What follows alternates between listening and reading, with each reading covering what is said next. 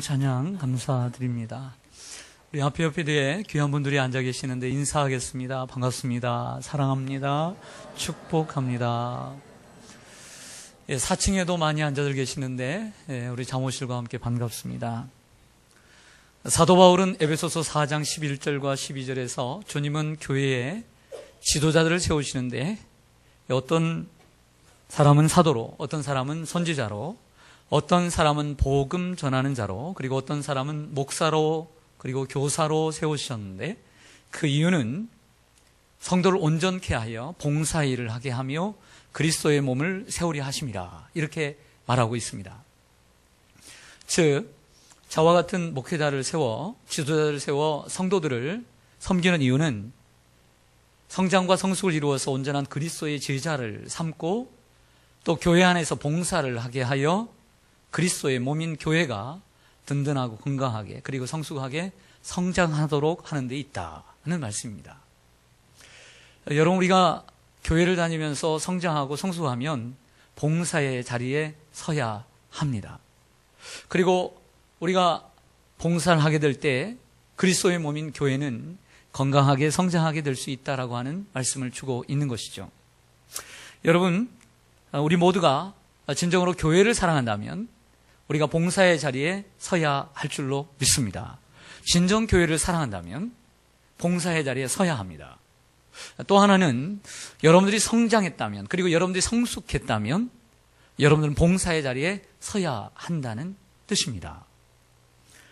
하지만 운동장에서 뛴다고 해서 다 경주가 아닌 것처럼 교회에서 열심히 봉사한다고 해서 덕스럽고 그리고 사람들에게 유익한 봉사는 아닙니다. 아침 일찍 교회에 나와 저녁 늦게까지 봉사한다고 해서 하나님이 기뻐하시는 봉사는 아닙니다. 경기하는 자가 법대로 경기해야 하듯 교회 안에서 봉사할 때도 원칙과 원리가 있습니다. 그 원칙과 원리는 다른 곳에서 얻는 것이 아니라 이 하나님의 말씀인 성경 속에 기록되어 있습니다. 왜 교회들이 시끄럽고 왜 교회들이 어렵습니까? 하나님께서 가르쳐 주신 이 원칙과 원리대로 봉사하지 아니하고 자기의 생각대로 그리고 세상의 방식대로 교회를 섬겨 나가기 때문에 불협화음이 생기는 것입니다. 우리가 하나님이 가르쳐 주신 그 원리대로 교회를 섬길 때, 그리고 하나님을 섬기고 성도들을 섬길 때 우리는 하나님께 유익하고 또 사람들에게 유익한 축복의 통로가 될 줄로 믿습니다. 오늘 본문은 우리가 교회에서 봉사일을 할 때 우리가 어떻게 봉사해야 되는가, 성경이 가르쳐주는 봉사의 원리, 봉사의 원칙이 기록되어 있는 본문입니다. 로마서 12장은 로마서의 후반부에 들어가는 본문인데 우리가 예수 그리스도를 믿어 구원을 얻었으면 그 크신 하나님의 은혜에 감사하여 보답하게 되는데 그 보답을 교회의 봉사로부터 시작해야 하는 것입니다. 우리의 몸을 하나님이 기뻐하시는 거룩한 산제사로 드려야 하는데 그 일을 봉사, 교회 안에서부터 해야 된다는 것이죠. 교회 안에서 봉사를 배우고 섬김을 배우고 난 후에 세상에 나가서도 바른 봉사를 할 수 있다라고 말씀하고 있습니다. 그러면서 우리에게는 각기 다른 은사가 있는데 교회에서 봉사할 때 이러한 원리와 원칙을 따라서 봉사해야 할 것을 가르쳐주고 있는 것이 오늘 우리가 읽은 본문이라고 할 수가 있습니다. 저는 하나하나 오늘 봉사의 원리를 여러분들에게 같이 나누면서 이 말씀을 들으면서 내가 했던 봉사가 성경적인 봉사였는지 한번 비추어 보고 혹이라도 그 말씀 속에 걸리는 것이 있다면 개선하고 또 보완해서 하나님이 기뻐하시는 봉사자가 되기를 소망합니다. 이것이 오늘 설교의 취지와 그리고 목적이고 문제의 제기였습니다.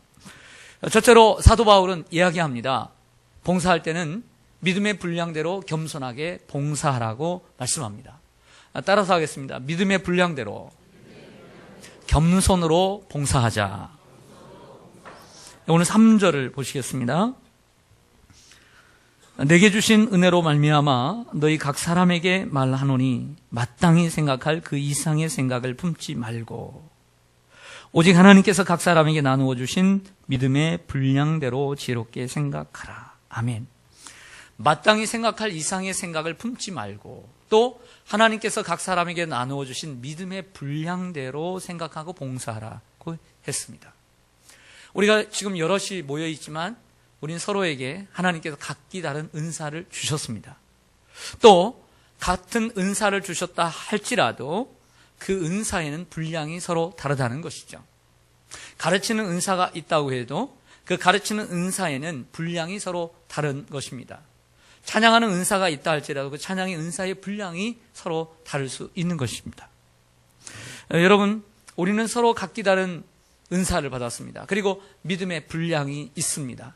그 믿음의 분량대로 사역을 해야 합니다.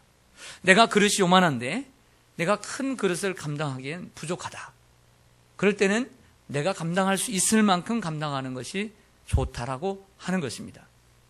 또한 내가 감당할 수 있음에도 불구하고 감당하지 않으려고 한다면 그 또한 직무유기에 해당하는 것입니다.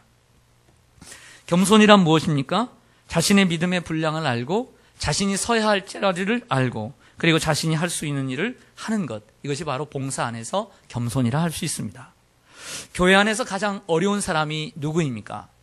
교회 안에서 가장 어려운 사람은 자기 아니면 안 된다라고 생각하고 사역하는 사람입니다. 이 자리는 내 자리고 그리고 내가 없으면 그 누구도 할 수 없다라고 하는 생각을 가지고 사역하려고 하는 사람, 이 사람은 참으로 어려운 사람입니다. 하나님은 언제든지 하나님의 사람들을 통해 그 사람을 세워서 일하실 수 있고 혹이라도 내가 없어도 그 일을 할 수 있는 줄로 믿습니다. 그런데 이 말에 대한 오해를 해서는 안 됩니다. 목사님, 그래요, 맞습니다. 제가 아니어도 할 사람 많습니다 하며 내 이 자리 차려놓겠습니다. 이렇게 비관적으로 가면 곤란합니다. 오해할까 봐 말씀드리는 거예요. 가끔씩 이런 분들이 나오거든요. 그게 아니에요. 자신을 바르게 바라보는 것이 필요합니다.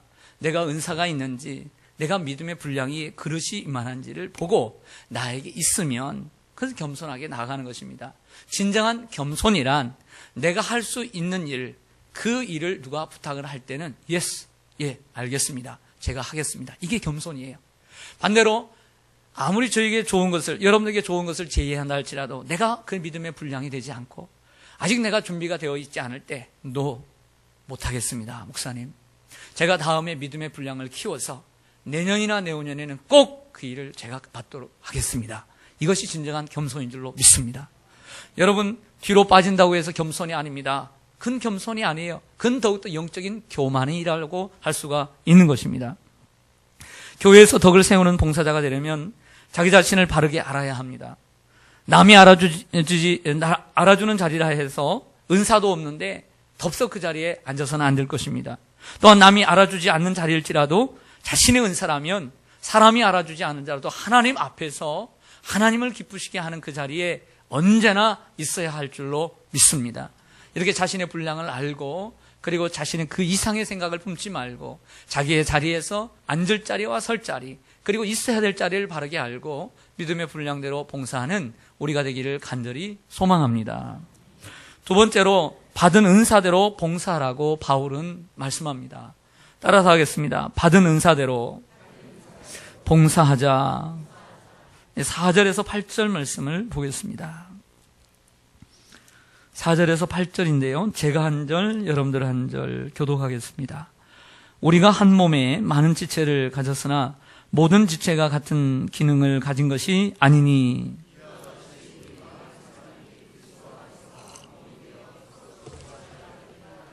우리에게 주신 은혜대로 받은 은사가 각각 다르니 혹 예언이면 믿음의 분수대로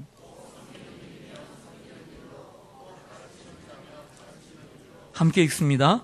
혹 위로하는 자면 위로하는 일로 구제하는 자는 성실함으로 다스리는 자는 부지런함으로 긍휼을 베푸는 자는 즐거움으로 할 것이니라. 아멘. 여러분들의 몸을 한번 생각해 보세요. 여러분들의 몸에는 한 몸으로 이루어져 있지만 각기 다른 지체가 수십 가지, 수백 가지, 수천 가지로 되어 있습니다. 세포까지 이야기를 하면 수억, 수조가 우리의 몸의 지체에 해당됩니다. 우리의 몸에는 손이 2개면 족한 것입니다. 다리는 2개면 족하고 눈은 2개면 족하고 입은 하나면 족한 것입니다. 많으면 이상한 것입니다. 마찬가지로 우리 교회 안에는 같은 은사를 가진 사람이 많을 필요가 없는 것입니다.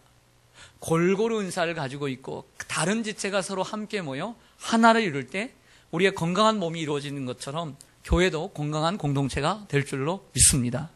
남이 하는 것을 내가 못한다고 기죽을 필요 없습니다. 내가 할 수 있는 일을 하면 교회를 세우는 일이 되는 것입니다. 여러분, 미국이 어떻게 지난 반세기 동안 이 세계 속에서 반세기 동안 강대국으로 군림할 수 있었습니까? 그것은 미국이라고 하는 나라가 자기만을 지키는 나라가 아니라 전 세계를 포용하는 나라였기 때문입니다. 다른 인종, 다른 문화, 다른 언어, 다른 지역에서 오는 사람들을 함께 하나로 각기 단일 민족은 아니지만 통일성을 이루어서 하나를 이루고, 그리고 모든 민족, 모든 나라들이 가고 싶은 선망의 대상의 나라로 세웠기 때문입니다. 또 이민을 가는 사람들은 각 나라의 브레인들이 가는 것입니다. 그 사람들이 그곳에 가서 함께해서 자기의 나라와 또 자신을 위해서 노력하게 되고, 그러다 보니까 자기 자국도 발전을 거듭하게 되는 것이죠. 사랑하는 여러분, 우리 금천구만 해도 지난주에 들은 소식인데 금천구에는 24만 명이 있다는 것은 저는 알고 있었어요. 하지만 새로운 소식을 제가 듣게 되었습니다. 구청에 가서. 즉 요즘 외국인 거주자, 즉 국제 결혼이나 그리고 노동을 하기 위해서 이러한 외국인 노동자들이 많이 들어왔는데 24만 가운데 2만 6천 명이 이 주민등록상에 거주자로 외국인들이 있습니다. 10% 이상을 상회했습니다. 이러한 수치는 서울시의 25개 가운데 영등포, 구로, 그 다음에 관악, 다음으로 4위에 랭크됩니다. 5만 명, 4만 명, 3만 명, 우리는 2만 6천 명입니다. 그렇지만 전체 인구의 퍼센티지를 따지게 되면 영등포구 다음으로 두 번째가 우리 금천구입니다. 우리 금천구뿐만 아니라 우리나라가 지금 이 중진국에서 선진국으로 올라가지 못하고 있는데 20여 년 동안 선진국으로 올라갈 수 있는 새로운 발판은 이 들어오는 외국인들을 어떻게 포용하고 그들과 함께 어떻게 이 나라를 이끌어갈 것인가라고 하는 숙제가 남아있다고 생각합니다. 적어도 우리 교회에도 10분의 1은 외국인들이 있어야 될 줄로 믿습니다. 그래야 우리 교회도 건강한 교회가 될 수 있는 것입니다. 사랑하는 여러분, 우리 교회도 마찬가지입니다. 우리는 모두 다른 배경을 갖고 있습니다. 자라온 환경도 다릅니다. 그리고 출신도 다릅니다. 교육 수준도 다르고 생활의 형편도 다르고 받은 은사도 다릅니다. 우리가 이것을 인정하고 자기의 자리에서 최선을 다할 때 교회는 제자리 걸음을 하지 않고 성장하는 교회가 될 줄로 믿습니다. 여러분, 교회가 열린 교회가 되어야 합니다. 어느 지역 사람은 받아들이고 어느 지역 사람은 안 된다. 이렇게 되면 문제가 되는 것이죠. 여러분들, 우리 교회가 모든 사람들, 다양한 사람들을 포용할 수 있는 교회, 그만한 그릇들, 그리고 토양이 되기를 소망합니다. 문턱이 낮은 교회, 그리고 누구나 드나들 수 있는 그런 교회가 되어야 합니다. 하지만 반대로 우리 교회는 이런 사람은 안 되고 저런 사람은 안 되고 또 이런 사람도 안 된다라고 계속해서 하면 우리가 우리끼리만 계속 교회를 지키게 되지만 새로운 사람들은 교회 안에 등록하지 못하고 혹은 등록을 했다 할지라도 몇 년 지나지 않아 결국 교회를 떠나는 이러한 현상들이 일어나 교회는 계속해서 그 제자리 걸음을 하게 될 것이고 더 나아가서는 더욱더 감소하는 교회가 되고 마는 것입니다. 어떠한 교회가 되어야 되겠습니까? 진정으로 우리 교회가 성장하기를 원한다면 열린 교회, 어떤 사람이든지 맞이할 수 있는 교회, 나보다 훨씬 똑똑한 사람, 아니면 어떤 가난한 사람도, 부자도 가난한 사람도, 어떤 전라도 경상도를 떠나지 않고 따지지 않고 누구든지 포용할 수 있는 이런 교회, 그런 교회가 되어줄 때 우리 교회는 미래가 있는 교회가 되고 그리고 성장할 수 있는 교회가 될 줄로 믿습니다.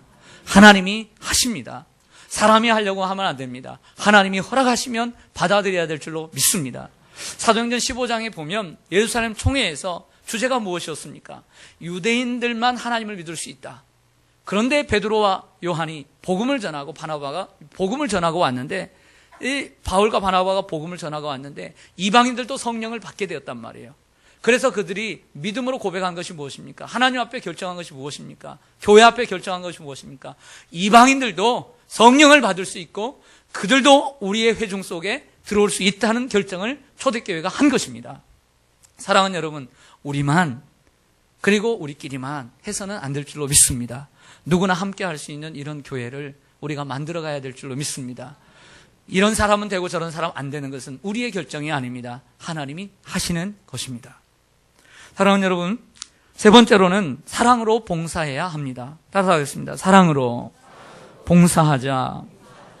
9절과 10절입니다. 9절과 10절 여러분 한번 읽어주시길 바랍니다. 그리고 읽으면서 어떤 단어가 강조되어 있는지, 반복되어 있는지 한번 생각해 보세요. 시작.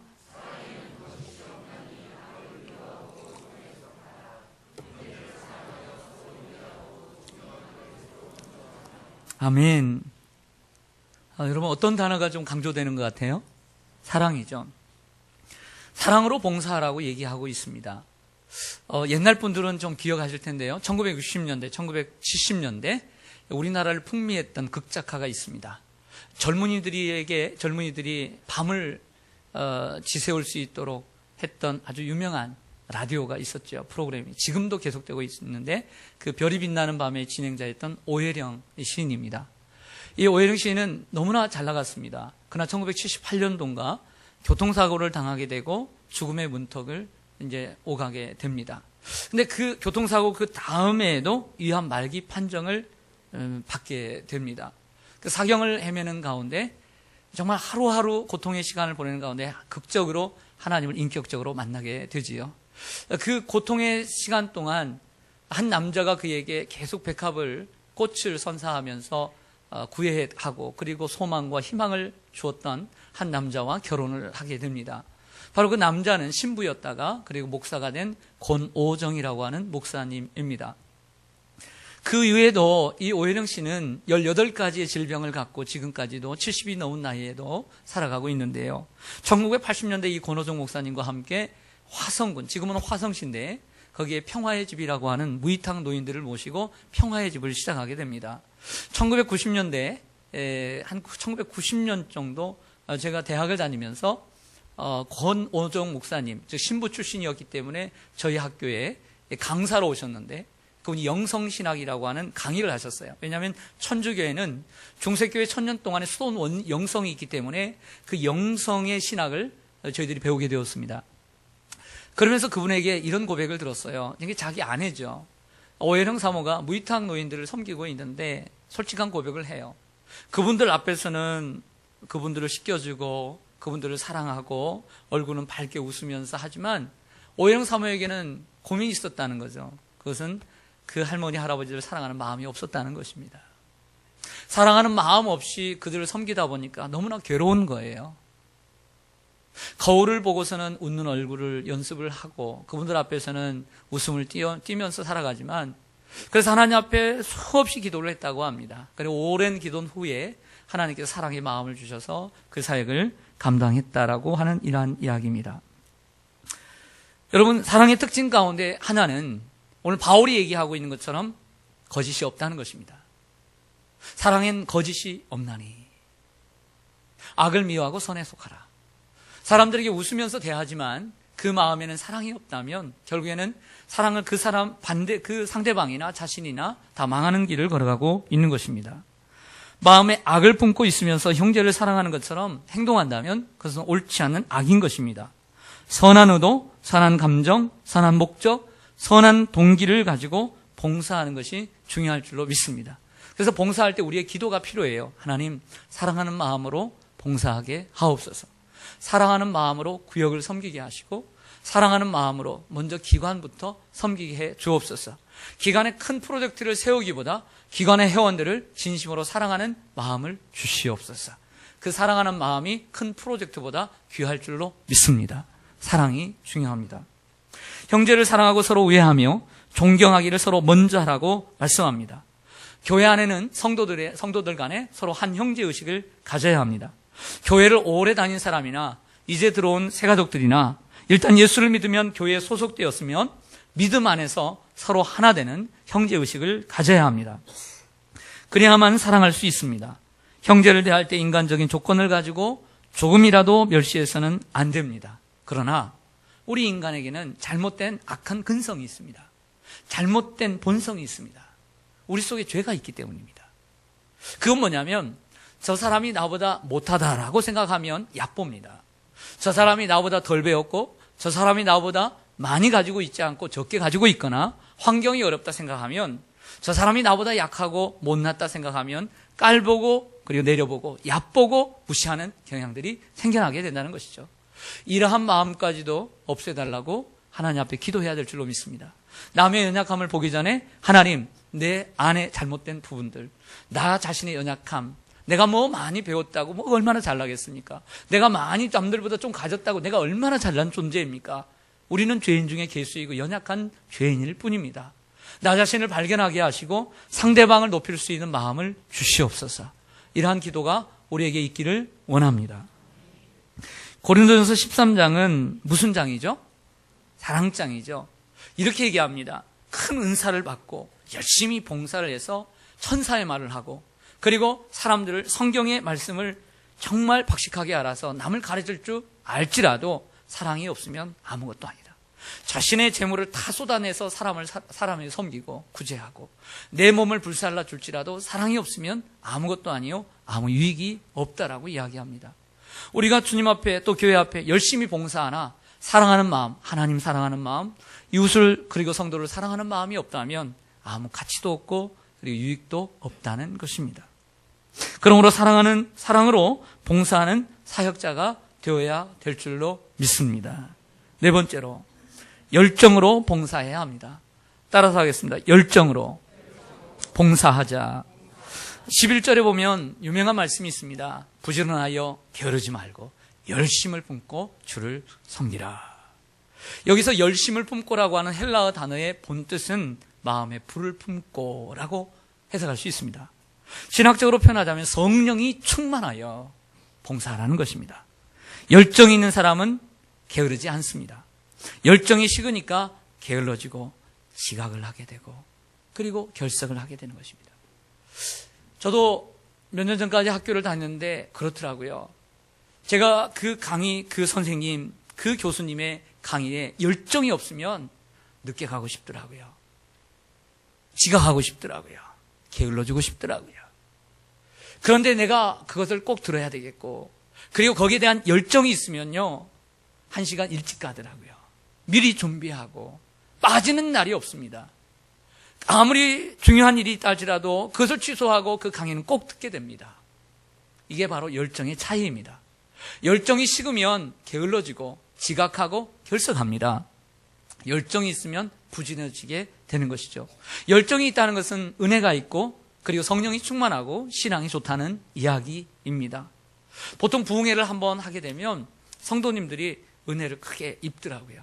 그리고 얼굴이 달라지고요. 환해지고 치유와 회복의 역사가 일어납니다. 그리고 열심히 하죠. 우리 자녀들도 보면 수련회를 다녀오잖아요. 그러면 애가 달라지고 제 말투가 달라지고 가는데 한 달 가더라고요. 한 달 간 것도 정말 오래 간 거예요. 한 달 가는 신앙은 뚝배기 신앙입니다. 한 달 정도 갔다는 것은 오래 간 거예요. 그런데 일주일 가고 며칠 가는 경우가 있습니다. 이것은 냄비 신앙입니다. 냄비 신앙. 냄비는 빨리 끓고 빨리 식습니다. 은혜는 참 빨리 받아요. 그런데 빨리 식어버립니다. 냄비 신앙입니다. 어느 식당에 갔더니 사장님이 그러시더라고요. 그 냄비에 그 계란찜을 해오셨길래 참 맛있다. 이거 참 냄비에 하니까 계란찜이 맛있나요? 이렇게 물었어요. 그랬더니 뭐라고 답한 줄 아세요? 아니요, 목사님, 그게 아니라 빨리 만들려고 양은 냄비로 했다는 거예요. 뚝배기로 하게 되면 오래 걸리죠. 빨리 될 수 있다는 거죠. 냄비의 특징은 빨리 끓고 빨리 식는다는 것입니다. 이런 성도님들이 있습니다. 어떤 성도님들은 그래도 뚝배기 신앙을 가지고 있습니다. 천천히 달아서 뜨겁고 그리고 좀 어려움이 오면 천천히 식어집니다. 식어지고 또 떨어지죠. 또 하나님이 은혜 주시면 다시 또 뜨거워지고 이런 신앙. 이런 뚝배기 신앙이라도 참 양반입니다. 이건. 네, 그래도 참 좋은 신앙이라고 생각을 해요. 근데 더 좋은 신앙은 보온밥통 신앙입니다. 제가 만들어 봤어요. 보온밥통 신앙은 보온밥통에다가 이 플러그를 코드에 꽂으면 언제나 따뜻합니다. 그리고 언제나 뜨겁습니다. 식질 않습니다. 왜? 성령의 충만함을 입고 있으니까. 성령의 그 파이프라인을 통해서 날마다 공급을 받고 있으니까 뜨겁습니다. 그리고 누구든지 이 보온밥통에 함께 들어오면 그 사람도 함께 뜨겁게 만들어줄 수 있는 열정의 사람인 줄로 믿습니다. 차가운 사람 옆에 가지 마세요. 신앙이 식고 열정이 없는 사람 옆에 가지 마세요. 같이 식어져요. 뜨거운 사람 옆에 가시기를 바랍니다. 뜨거운 사람. 신앙생활은 혼자 하는 게 아니에요. 여러분 혼자 앉아있는 게 아니에요. 여러분 다 보고 있어요. 여러분도 신앙생활하는 사람 모습을 옆에서 다 보고 있어요. 그리고 열정 있는 사람을 보면서 은혜를 입는 거죠. 액치의 명예총장이자 저명한 신학자 중에 한 분인 한철아 박사님은 이런 얘기를 했습니다. 기독교는 열심의 종교다. 그러면서 나의 신학은 열심의 신학이었다 라고 했습니다. 참 맞는 말입니다. 우리의 신앙의 열심을 빼버리면 시체입니다.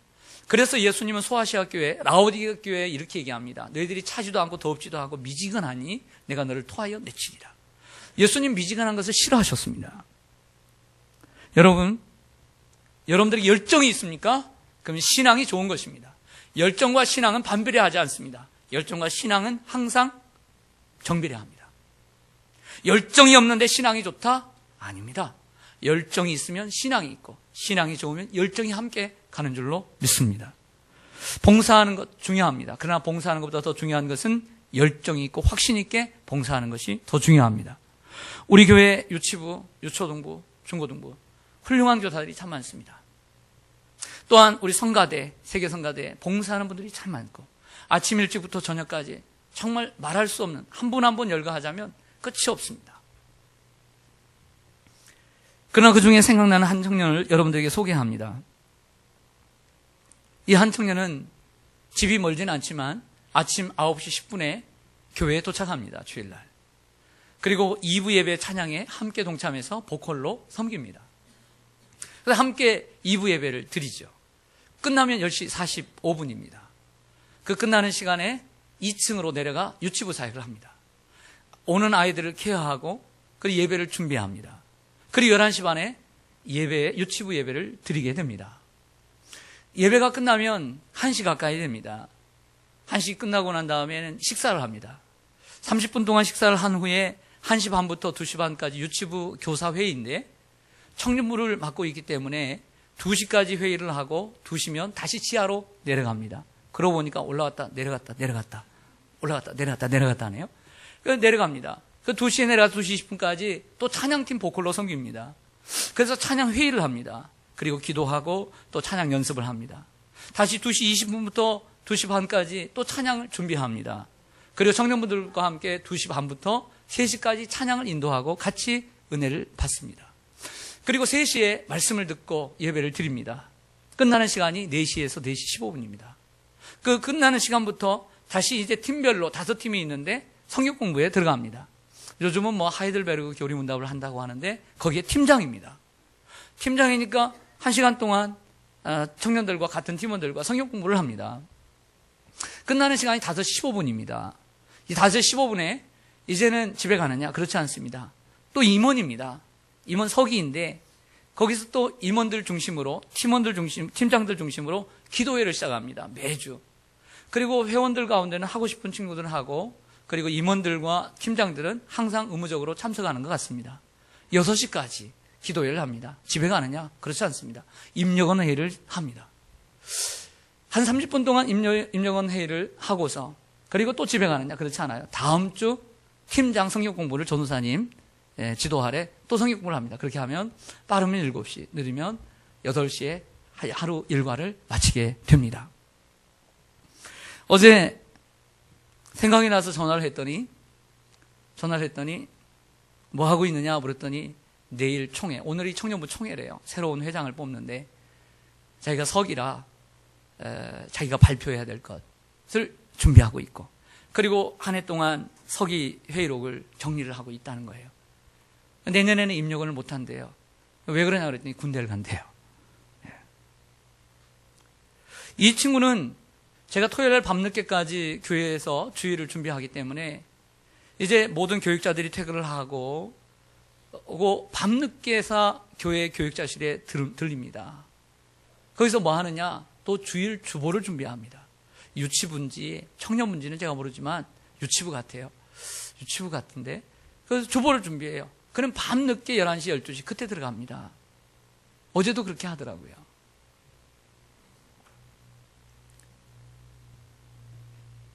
이건 독점 수준입니다. 내년에 군대를 간다는데 많은 분들이 좀 채워주시기를 바랍니다. 우리 모두 이렇게 뜨거운 열정으로 사역해야 될 줄로 믿습니다. 이런 뜨거움이 있어야죠. 뜨거움이. 그런데 문제는 이렇게 한 사람이 많은 일을 감당하다 보면 1, 2년은 괜찮은데 5년, 10년 계속해서 하다 보면 탈진이 와요. 탈진이. 슬럼프가 오고. 그리고 마음속에 왜 다른 친구들이 도와주질 않는 거야? 왜 다른 형제들은 왜 도와주지 않는 거야? 이런 어떤 아쉬운 마음, 서운한 마음이 들게 되는 거야. 왜? 아직 어리니까. 아직 약하니까. 그 믿음의 분량이 못 되니까 시험에 드는 거예요. 탈진하게 되고. 그러므로 하나님께서 우리에게는 모든 은사를 골고루 주셨기 때문에 나는 은사가 없다는 생각을 하지 마시고 청년이나 장년이나 하나님이 주신 은사를 발견하고 내가 무엇이든지 해야 되겠다는 생각을 가지고 섬기시길 바랍니다. 그러면 그 형제와 같은 사람들에게 나눔을 서로 베풀 수 있고 그리고 짐을 덜 수 있고 그리고 그나저나 모두 다 기쁨으로 주님의 교회를 섬기게 되는 줄로 믿습니다. 그래서 건강하게 자라던 아이도 너무나 지쳐서 너무나 많은 일로 지쳐서 삐뚤어지게 되는 거예요. 삐뚤어지다 보면 넘어지게 되는 것이죠. 그러면 좋은 거목이 되지 못해요. 나무가 되지 못해요. 그러나 서로 도울 때 그것 또한 이 청년도 바른 나무로 건강한 나무로 성장하게 되고 자신 또한 서로 도움으로써 믿음의 거목으로 성장하게 되는 줄로 믿습니다. 이처럼 서로를 돕는 것, 나 자신도 세워지고 남도 같이 세워지는 것이 바로 봉사라고 할 수가 있는 것입니다. 열정으로 봉사하는 우리가 되기를 원합니다. 5번째로 어려워도 봉사해야 합니다. 따라서 하겠습니다. 어려워도 봉사하자. 12절을 보시겠습니다. 같이 읽죠. 시작. 소망 중에 즐거워하며 환난 중에 참으며 기도에 항상 힘쓰며. 아멘. 여러분 묻겠습니다. 우리가 주의 일을 열심히 하면 만사 형통할까요? 그렇지 않죠. 아마 만사 형통하면 이렇게 사역자 걱정 안 할 겁니다. 서로 앞다투어 봉사하니까. 우리가 주의 일을 감당한다고 해서 만사 형통하는 것이 아닙니다. 우리는 육신의 연약함을 가지고 있기 때문에 육체적인 질병을 얻을 수 있고 또 가정에는 부모, 형제들 우한 질고가 있을 수 있어요. 또한 우리가 원하는 대로 좋은 대학에 들어가지 못할 수도 있고 좋은 직장에 취직을 못할 수도 있고 결혼의 시기도 늦춰질 수가 있습니다. 계속되는 실패 가운데 그리고 교회에서 열심히 봉사했건만 목사님은 알아주지 않고 장로님도 알아주지 않고 내가 남에게 상처를 준 것 같기도 하고 혹은 남을 통해서 상처를 받게 되면 새해에는 봉사를 하고 싶을까요? 안 하고 싶을까요? 안 하고 싶죠. 왜 이렇게 잘하세요? 안 하고 싶은 거죠. 안 하고 싶은 거예요. 그러나 주님은 이렇게 말씀합니다. 소망 중에 즐거워하며 봉사하라. 소망을 가지고 즐거워하며 봉사하라. 그리고 환난 중에 있다면 참고 인내하며 봉사하라. 어렵다면 더욱 기도에 힘쓰면서 봉사하라. 오늘 이것이 주님의 말씀인 줄로 믿습니다. 봉사를 중단하면 안 된다고 말씀합니다. 물론 건강이 나빠지면 쉬어야 되겠죠. 너무나 내가 기진맥진하면 잠시 1년간 쉴 수도 있습니다. 그건 회복을 위한 것입니다. 회복을 위한 것. 그러나 얼마든지 이겨낼 수 있는 작은 어려움을 핑계로 회피하기 위해서 그 작은 일을 핑계 삼아 그만둔다면 그것은 하나님의 사람이 아닐 것입니다. 우리는 어려워도 봉사해야 될 줄로 믿습니다. 마지막으로 나누면서 봉사해야 합니다. 13절입니다. 성도들의 쓸 것을 공급하며 손 대접하기를 힘쓰라. 1세기, 지금부터 2000년 전에 1세기의 그리스도인들은 대부분 극빈자들이었습니다. 가난한 사람들이었고 노예들도 많았습니다.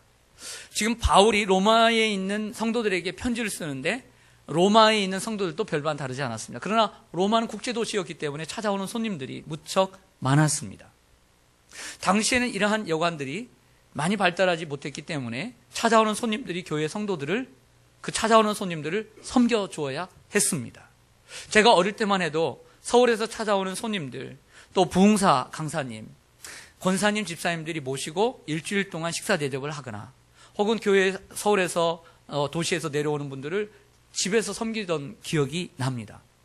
그런데 자기들도 먹고 힘든 이러한 시절에 이 사흘이 멀다 하고 찾아오는 손님들이 때로는 짜증이 나고 그리고 힘겹게 느껴지기도 했을 것입니다. 그런데 주님은 불평하지 말고 가진 것을 나누면서 봉사하라고 말씀합니다. 여러분, 우리가 이 각박해져가는 이 세상 가운데 서로 나누면서 서로 섬기면서 살아야 될 줄로 믿습니다. 구역 식구들끼리 같이 모여도 고구마를 하나 삶아와서 하나 삶아 먹으면 안 되겠네. 좀 여러 개 삶아와서 같이 나누고 옥수도 삶아오고, 누가 좀 김치가 필요하겠다 생각하면, 여러분 우리 집에 김치 쌓아두면 뭐합니까? 좀 없겠다 생각하면 좀 나눠주고, 혼자 산다 싶으면 좀 나눠주고, 이게 바로 우리 그리스도인의 사랑인 줄로 믿습니다. 각기 나눠주는 것입니다. 성도들이 쓸 것을 공급해주고, 어떤 성도가 어렵다 그러면 우리 남전도의 회원들이 각기 10만 원씩이라도 차출해가지고 자기 이름으로 주면, 그러니까 목사님에게 혹은 장로님에게 교회 이름으로 줘서 몰래 무명으로 전달을 해서 그 어려운 가정을 도와주고, 이게 바로 교회의 사랑인 줄로 믿습니다. 이게 바로 교회죠. 이러한 모든 봉사의 모델은 예수 그리스도입니다. 예수님은 이 땅에 오셔서 새벽 미명에 기도하시고 밤늦게까지 사역을 하셨습니다. 너무나 피곤해서 잠깐 쉬는 동안에는 코를 골면서 주무실 정도로 무척 힘드셨습니다.